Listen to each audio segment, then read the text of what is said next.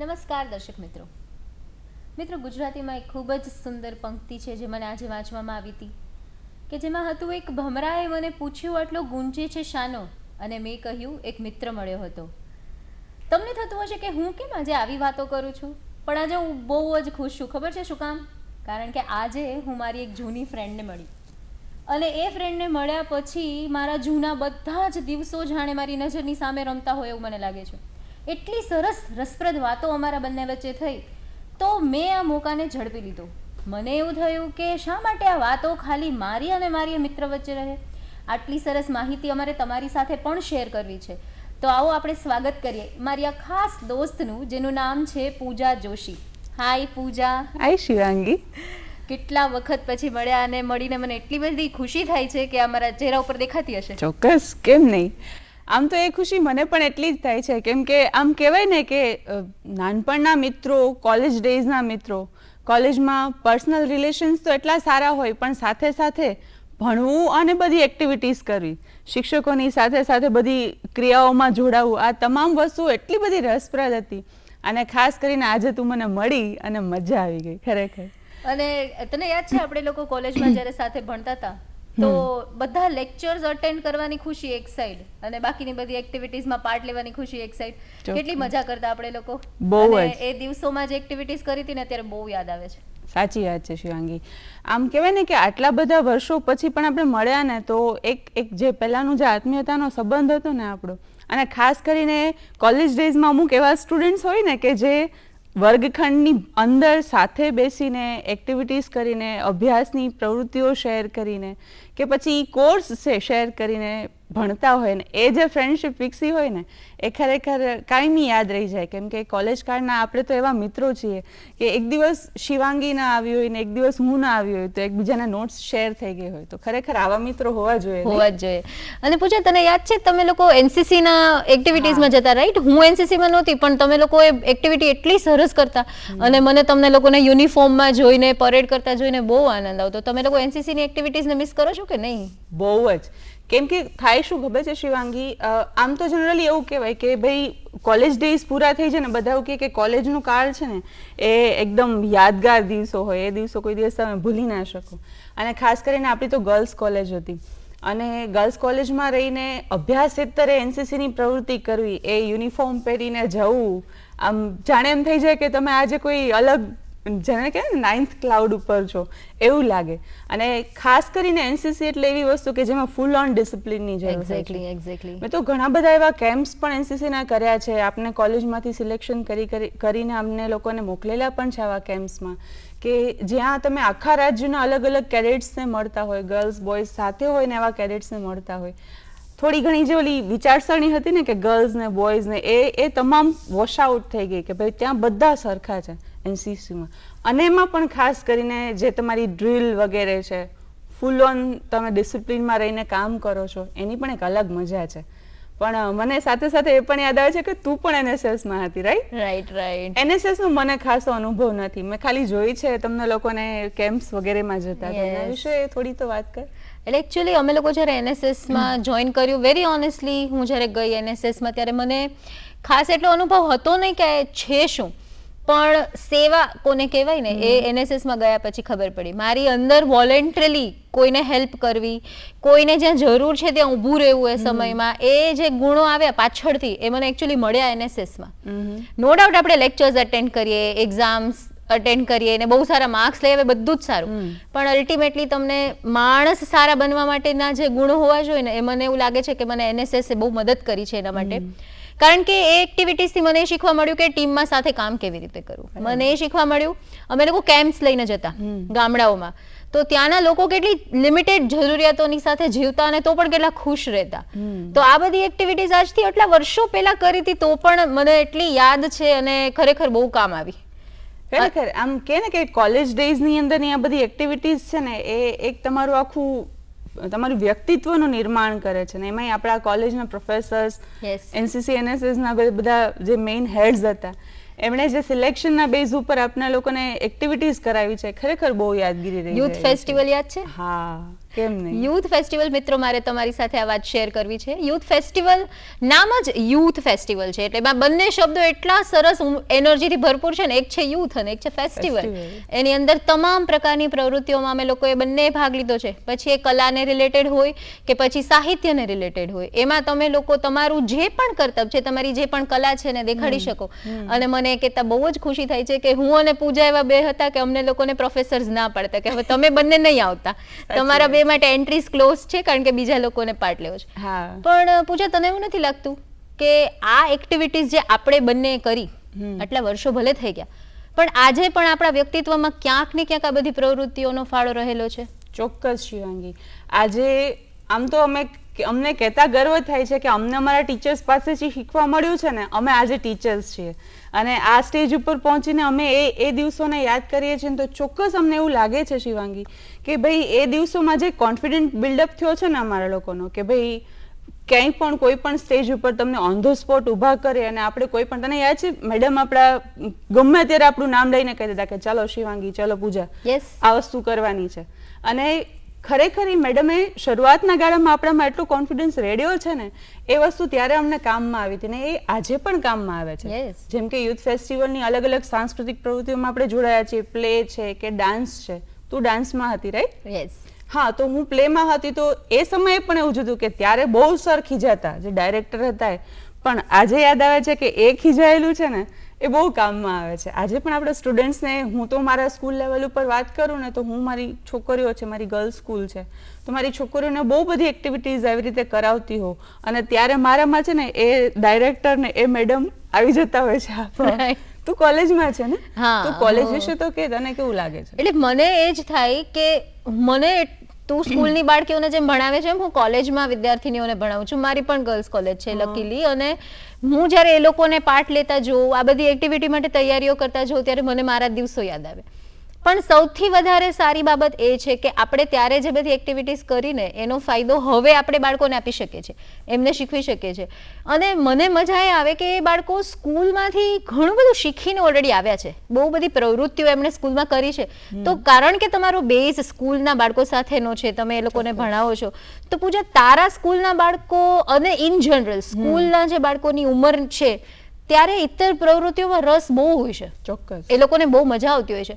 તો એના વિશેનો તારો અનુભવ કેવો છે? સ્કૂલના બાળકો 100% આ વાત આમ મગજમાં ઉતરી જાય એવી છે કે જેને કહેવાય ને કે હું અત્યારે એ લેવલના બાળકોને ભણાવું છું. ખાસ તો હું 6 થી 8ના બાળકોને ભણાવું છું. પણ નાની નાની ઢીંગલીઓ જે હોય ને, કે જે બાલવાટિકાથી શરૂ કરીને 1 થી 8 ધોરણ સુધીની છોકરીઓ હોય, તો ઘણી વખત એવું બનતું હોય કે એક દિવસ આખરે છે ને આપણને એ લોકોને કંઈક આપ્યાનું ખુશી હોય, એક સંતોષ હોય કે ના મેં એને કંઈક આપ્યું અને એને આજના દિવસમાં કંઈક શીખ્યું. અને એ છોકરીઓ ક્યારેક તો આપણને શીખવી જતી હોય, રાઈટ? અમે જ્યારે બીએડમાં હતા કે જ્યારે અમને શીખવવામાં આવતું કે એકચ્યુઅલી શીખવવું કેમ, બરાબર, તો ત્યારે આપણા ટીચર્સ પણ મને બહુ યાદ આવતા શિવાંગી. કેમ કે એ ટીચર્સ જેને કહેવાય ને કે અમને ત્યારે એવું કહેવામાં આવતું કે બાળકો છે ને એક ખાલી પાટી છે અને તમારે એ ખાલી પાટીમાં કોરી પાટીમાં લખવાનું છે. અને ખરેખર એ કોરી પાટીમાં લખીને એટલી મજા આવે છે કે એ બાળકો એટલું સરસ શીખે છે.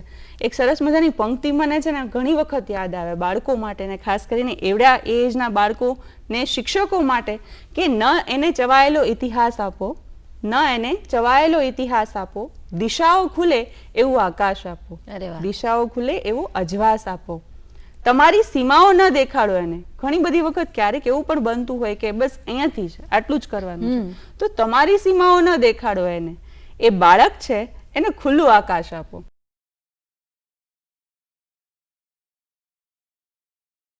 આ તો વાત મારા સ્કૂલની થઈ. તને પણ કોલેજ લેવલે ચોક્કસ આવા અનુભવો થતા જ હશે કે એ બાળકો જે બેઝિક લેવલ ઉપરથી શીખે છે ને એ આગળ જતા ને ત્યાંથી અમે અહીંથી શીખવાડીને તમારી પાસે જ મોકલીએ છીએ.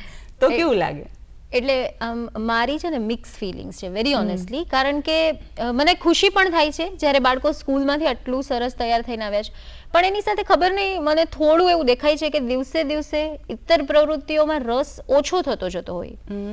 જે પ્રકારની પ્રવૃત્તિઓ શિક્ષણની સાથે આપવાનો પ્રયાસ આપણે કરતા હોઈએ છીએ, એટલે કો કરિક્યુલર અને એક્સ્ટ્રા કરિક્યુલર બંને, તો મને એવું દેખાય છે કે હવે બાળકોને કદાચ મોબાઈલમાં ઇન્ટરેસ્ટ વધી ગયો છે અથવા તો ઇન્ટરનલ વર્લ્ડમાં રહેવું વધારે ગમતું હોય એવું પણ બને. જે ઉત્સાહ આપણે જે સંખ્યામાં દેખાડતા હતા એ હવે થોડો ઓછો થતો જાય છે. અને કોલેજના સ્ટુડન્ટ્સમાં ખાસ મને એવું લાગે છે કે એક કારણ એની પાછળ એવું હોઈ શકે કે હિન્દીનું પેલું વાક્ય છે ને, સબસે બડા રોગ ક્યાં કહેંગે લોગ. એટલે કદાચ ડર હોય, સંકોચ હોય, અને હવે કેવું છે કે કોલેજમાં આવ્યા પછી એક ઇમેજ બિલ્ડિંગ માટેની કોન્શિયસનેસ વધી ગઈ હોય. એ લોકોને એવું હોય કે હું ફેલ થઈશ તો. બાળપણમાં તો એ લોકોને એ બધા પ્રોબ્લેમ્સ નથી દેવાના એટલા. એટલે મને થોડી એ ચિંતા દેખાય છે અત્યારથી જ કે કેમ કોલેજમાં આવીને બાળકો આ પ્રવૃત્તિઓ ધીમે ધીમે ઓછી કરતા હોય છે. તો મને એવું લાગે છે કે આજે આપણા દર્શક મિત્રોની સાથે આપણે આટલી સરસ વાતો કરીએ છીએ તો એ પણ ખ્યાલ આવે કે શું કામ આ બધી પ્રવૃત્તિઓ જરૂરી છે અને એનો કેટલો કામ આવશે આ બધી વસ્તુ. એને માત્ર ડિગ્રી લઈ અને ઇન્ટરવ્યુમાં જશે અને ત્યાં ઊભા રહેશે, ઇન્ટરવ્યુના કદાચ ડોમેનના બધા જ ક્વેશ્ચન્સ આવડતા હશે, પણ જો એમની પાસે ઇતર પ્રવૃત્તિઓનું જ્ઞાન નહીં હોય તો નહીં કરી શકે. તને લાગે છે હું જે કહું છું એ વાત સાચી છે? ખરેખર શિવાંગી, તારી વાત બહુ સાચી છે. મેં અનુભવ્યું છે કે અમારે બાલવાટિકાથી લઈને ધોરણ 8 સુધીની ખાલી ગર્લ્સ સ્કૂલ છે. કોએડ તો પણ સમજ્યા કે ચલો ગર્લ્સ હોય, છોકરીઓ અને છોકરાઓથી થોડી શરમ આવતી હોય કે છોકરાઓ થોડા કોન્શિયસ થઈ જતા હોય છોકરીઓને જોઈને, પણ અમારી તો ખાલી છોકરીઓની સ્કૂલ છે. છતાંય 6 થી લઈને 7 અને 7 થી લઈને 8 ધોરણ સુધીમાં જ્યાં સુધીમાં એ પહોંચે ને ત્યાં સુધીમાં એક્ટિવિટીમાં ભાગ લેવાની એની જે સંખ્યા છે ને ઘટી જતી હોય. એના ઘણા બધા કારણો છે શિવાંગી. આપણે કોલેજમાં હતા ત્યારે આપણે પણ અનુભવ કર્યો છે કે આપણે ઊભા થઈએ અને આપણી સાથેના આપણા કોઈ ફ્રેન્ડ છે કે કોઈ બીજા ક્લાસમેટ છે એ ધીમે ધીમે હસે કે આપણી મશ્કરી કરે તો આપણે થોડા કોન્શિયસ થઈ જતા હોય. આ વસ્તુ બનતી હોય છે. જેમ જેમ મોટા એજ ઉપર જતા જઈએ આપણે એમ એ કોન્શિયસ લેવલ છે ને વધી જતું હોય છે. પણ પ્રશ્ન એ થાય કે આપણે પણ કોલેજમાં હતા જ, આપણે પણ ભાગ લીધેલો જ છે, તો આપણને એ વસ્તુ ના નડી. એનું મુખ્ય કારણ એટલે મને એવું લાગે છે કે જે વ્યક્તિની અંદર કદાચ તો સમજણ હશે કે મારે શેને મહત્વ આપવું છે, મારી મજાક કોઈ ઉડાવે છે એ ડરને મહત્વ આપવું છે કે અલ્ટિમેટલી મને આ બધી પ્રવૃત્તિઓ કરીને ફાયદો થવાનો છે એને મહત્વ આપવું છે. તો જો સમજણ હશે તો આ ગંભીરતા એટલી બધી નહીં રહે કે મને ડર લાગે છે. બીજું મને એવું લાગે છે કે આસપાસના પરિબળો પણ એટલા જ મહત્વના છે. તમારા શિક્ષકો, પરિવારના લોકો, તમારા મિત્રો એ સપોર્ટિવ હશે તો તમે ઓટોમેટિક સારું કરી શકશો. પણ બધી જ વાતનું મૂળ મને એવું લાગે છે કે આત્મવિશ્વાસ, પોતાના ઉપરનો વિશ્વાસ મહત્વનો છે. અને મિત્રો મને એ કહેવાની ઈચ્છા થશે, અમારા બંનેના સહિયારા અનુભવથી કહું છું કે આત્મવિશ્વાસ લાવવા માટેનું જ કામ આ બધી પ્રવૃત્તિઓ કરે છે. આ તમામ પ્રવૃત્તિ, પછી એ માત્ર ચિત્રકલા હોય કે તમે કોઈ કવિતા બોલો છો, લખો છો, ભલે ને એક શોર્ટ સ્ટોરી કદાચ લખતા હોય અથવા તો કોઈ વક્તૃત્વ સ્પર્ધામાં ભાગ લો છો, આ તમામ પ્રવૃત્તિઓ છે એ અલ્ટિમેટલી એનો ગોલ છે તમારી અંદર વિશ્વાસ રેડવાનું. તમે 5 માણસની વચ્ચે ઊભા રહી અને તમારા વિચારોને સારી રીતે માધ્યમ રજૂઆતનું કોઈ પણ હોઈ શકે પણ રજૂ કરી શકો. હું અત્યારે પણ એવું થાય છે કે હું એ નાની છોકરીઓને શીખવતી હોઉં ને ઘણી વખત એમના કોન્ફિડન્સનો અભાવ જોવા મળે. અમુક એવી છોકરીઓ પણ છે કે જે ફૂલ્લી કોન્ફિડન્ટ છે. હમણાં જ તને વાત કરું, મારી સ્કૂલની એક છોકરી રાજ્ય કક્ષાએ કાવ્ય લેખન સ્પર્ધામાં ભાગ લેવા ગઈ. મને બહુ ગર્વ થાય છે અત્યારે કહેતા કે એ છોકરી બહુ બેઝિક, એ છોકરી અત્યારે 7મામાં છે, 6ઠા ધોરણથી એણે અલગ અલગ કોમ્પિટિશન્સમાં ભાગ લેવાનું શરૂ કર્યું. હવે વસ્તુ એ જ છે કે જ્યારે તમે એ બાળકને એ પ્લેટફોર્મ પૂરું પાડો છો, પ્લેટફોર્મની સાથે સાથે 2 વસ્તુ જરૂરી છે. એક તો એનામાં કૌશલ્ય હોવું જોઈએ, એનામાં કોન્ફિડન્સ હોવો જોઈએ, અને મેઇન રોલ ત્યારે ટીચર તરીકે મારો પણ બને છે કે એનો કોન્ફિડન્સ છે, એનીમાં કૌશલ્ય છે, એનું ટેલેન્ટ છે, તો મારે એને આગળ વધારવાનું છે. તો મારે એમ નથી કે તને નહીં આવડે તું બેસ છે. હા, બરાબર છે. આપણા ટીચર્સ કેવી રીતે, આપણે ગમે એમાં ભાગ લેતા, એમને કોન્ફિડન્સ હતો કે ના આ ભણવામાં કદાચ કોઈ પાછળ છે. આપણી પેરેલલ ઘણી બધી એવી છોકરીઓ હતી ભણવામાં થોડી નબળી હોય પણ બીજી એક્ટિવિટીઝમાં સારી હોય તો આપણે એમને આગળ વધારવા જોઈએ. અને તું જેમ કે છે, મને પણ અત્યારે યાદ આવે છે કે મારી એક વિદ્યાર્થીની, એણે કોલેજના 2 વર્ષ પૂરા કર્યા ત્યાં સુધી એ કોઈ પણ સ્પર્ધામાં ભાગ લેવા માટે આગળ ન આવી. એક વખત ક્લાસમાં જવાબ આપતા આપતા મેં એને સાંભળી એટલે મને એવું થયું કે બહુ સારું પ્રભુત્વ છે, ભાષા ઉપર પકડ સારી છે, પાર્ટ લેવો જોઈએ. એને થોડી મોટિવેટ કરી અને એ છોકરીએ 3rd યરમાં યુથ ફેસ્ટિવલમાં રેન્ક લાવી, એ સ્ટેટ લેવલમાં રેન્ક લાવી અને નેશનલ સુધી પહોંચી. વાહ, બરાબર. એટલે મને એવું લાગે છે કે જરૂર છે થોડા પુશની, કદાચ થોડી મદદ કરીએ તો. અને શિક્ષકો એમાં બહુ મોટો રોલ પ્લે કરે છે એવું મને લાગે છે, કારણ કે શિક્ષકોની અંદર ભગવાને છે ને ઓટોમેટિક મશીન મૂક્યું છે હા કે એ ડિટેક્ટ કરી શકે છે કે કયા બાળકની કળા કઈ છે. 100%. તો જ્યારે અને બાળકોએ પણ સમજવાનું છે કે એમના શિક્ષકોને એમની અંદર કંઈક દેખાય છે તો જ એમને આટલું બધું પ્રોત્સાહિત કરે છે. તો એ વાઇસ વર્સા છે, શિક્ષક અને વિદ્યાર્થી. પણ મને એવું લાગે છે પૂજા કે માતા પિતાનો રોલ પણ એટલો જ મહત્વનો છે. મને યાદ છે હું નાની હતી ત્યારથી લઈ અને હું હજી આટલી મોટી થઈ ત્યાં સુધી મારું કોઈ પણ ફંક્શન હોય, કોઈ પણ પ્રોગ્રામ નાનામાં નાનું કેમ ન હોય, મારા પેરેન્ટ્સ ઓડિયન્સમાં હોય વાહ મને ચીયરઅપ કરવા માટે. તો મને એવું લાગે છે કે જો તમને ઘરમાંથી જ એવું વાતાવરણ મળે, આ બધી પ્રવૃત્તિઓ કરવા માટે થઈને પ્રોત્સાહન મળે હા તો એ ઉત્સાહમાં વધારો કરે છે. ચોક્કસ.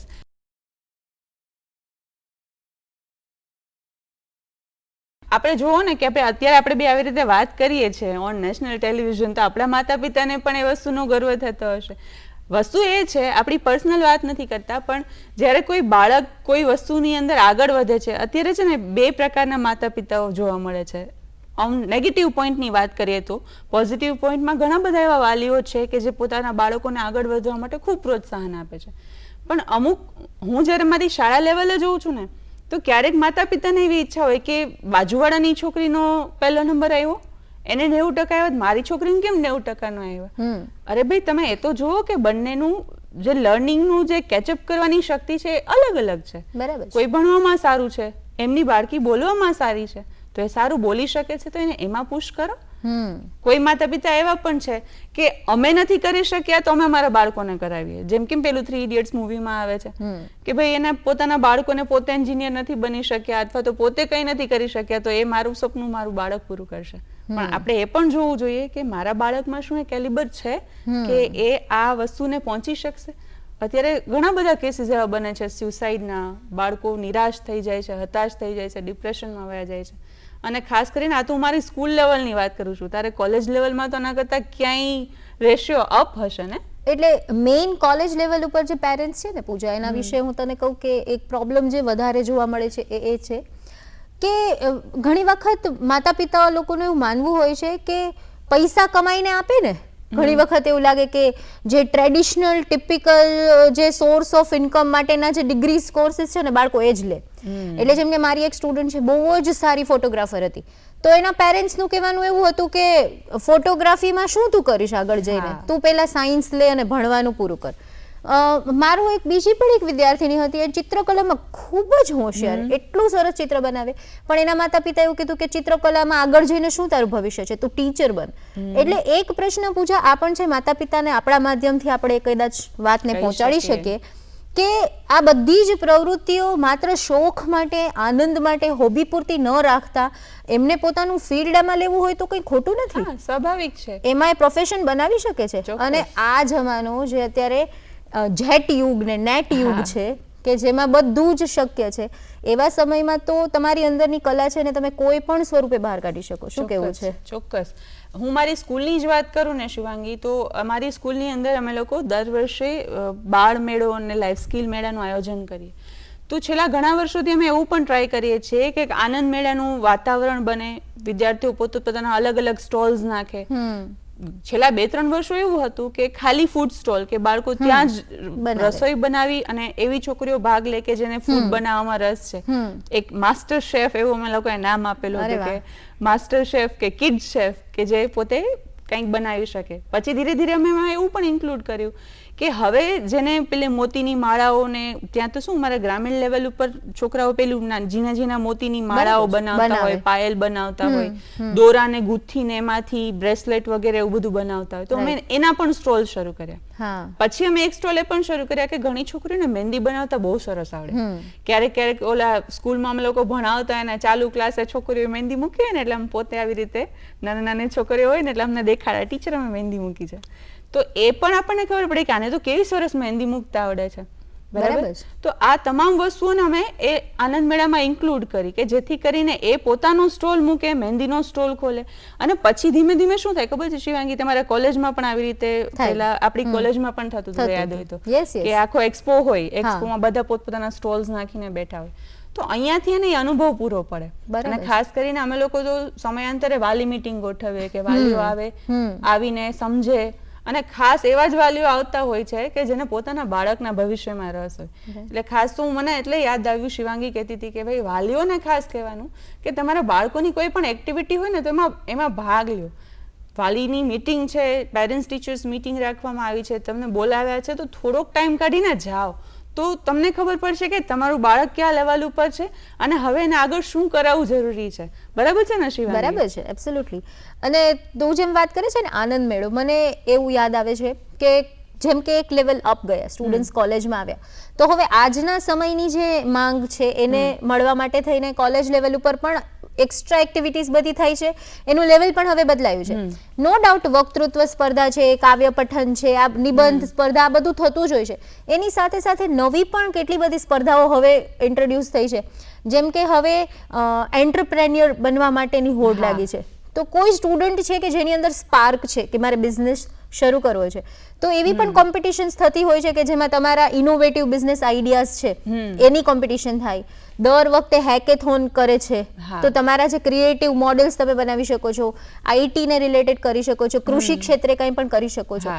હવે આ બધા જ વિદ્યાર્થીઓને તમે જોશો ને તો એક ખાલી પુસ્તકિયા કીડા નહીં હોય, બધામાં ભાગ લે. એમણે સાથે સાથે, કારણ કે તમારું જે બધી જ બાજુનું જ્ઞાન છે ને એ તમને મદદ કરે છે કોઈ એક ક્રિએટિવ ઇનોવેટિવ આઈડિયાને બહાર લાવવા માટે. ચોક્કસ. તો જ્યારે યુથની વાત કરીએ, યંગસ્ટર્સની વાત કરીએ, તો એ લોકો આ બધી જ સ્પર્ધાઓમાં જો ભાગ લે, આની સાથે સાથે હવે આ ઇન્ટરનેટનો સમય આવી ગયો છે. માર્કેટિંગ કેવી રીતે કરવું, કેવી રીતે તમે આ બધા પ્રકારની સ્પર્ધાઓમાં તમારું કૌશલ્ય છે ને દુનિયાને દેખાડી શકો અને દુનિયાનું જ્ઞાન તમારી અંદર લઈ શકો. એના રિલેટેડ તમામ પ્રકારની સ્પર્ધાઓ કોલેજની અંદર યોજાતી હોય છે. તો આપણને બંને આજે એટલું સરસ આમ કોમ્બિનેશન થઈ ગયું કે સ્કૂલના બાળકો પણ, કોલેજના બાળકો પણ, અને બધાની આપણે વાત કરીએ છીએ ને તો મને સમજાય છે કે કદાચ આપણા દર્શક મિત્રોને પણ એ ક્યાંક ને ક્યાંક કનેક્ટ થતું હશે કે આપણે કેટલી સરસ રીતે આ કામમાં આગળ વધી શકીએ છીએ. પેરેલલ એવું પણ છે કે આપણે વાત કરીને મમ્મી પપ્પાની જરૂરિયાત છે, શિક્ષકોની એટલી જરૂરિયાત છે, અને સાથે સાથે છે ને વિદ્યાર્થીઓને અત્યારે એ પણ શીખવાનું છે કે પોતે ફ્રેન્ડ્સ કેવા ચૂઝ કરે. બરાબર છે. આપણે એટલી બેસ્ટ ફ્રેન્ડ્સ છીએ તો આપણે આપણા મમ્મી પપ્પાને ગર્વ હોય કે ના એની ફ્રેન્ડ બહુ સારી છે, એની ફ્રેન્ડ એને ભણવામાં હેલ્પ કરશે, નહીં કે એને ખેંચીને નીચે પછાડશે. ઓલું કહેવાય ને કે બે બાજુવાળાની લાઈનને કટ કરીને આગળ નથી વધવાનું, પણ એની સાથે સાથે આપણા એવી ફ્રેન્ડશિપ પણ હોવી જોઈએ. તો એ પણ શીખવાનું જરૂરી છે કે જેમ કે અમે બે પાક્કી બેનપણીઓ છીએ તો અમે આ લેવલ ઉપર સાથે પહોંચ્યા અને અમે એકબીજાના વિચારો શેર કરીએ છીએ એકબીજાના વિકાસ માટે. તો એવું વિદ્યાર્થીઓએ પણ કરવાની જરૂર છે, રાઈટ? સાચી વાત ને? કે એ વિદ્યાર્થીઓ માટે ખાસ જરૂરી છે કે કેવા ફ્રેન્ડ્સ ચૂઝ કરે, કેવા ક્લાસમેટ્સ તો આવી ગયા છે, પણ એમાં પણ કોની સાથે રહેવું એ પણ વિદ્યાર્થીઓએ ચૂઝ કરવું જરૂરી છે.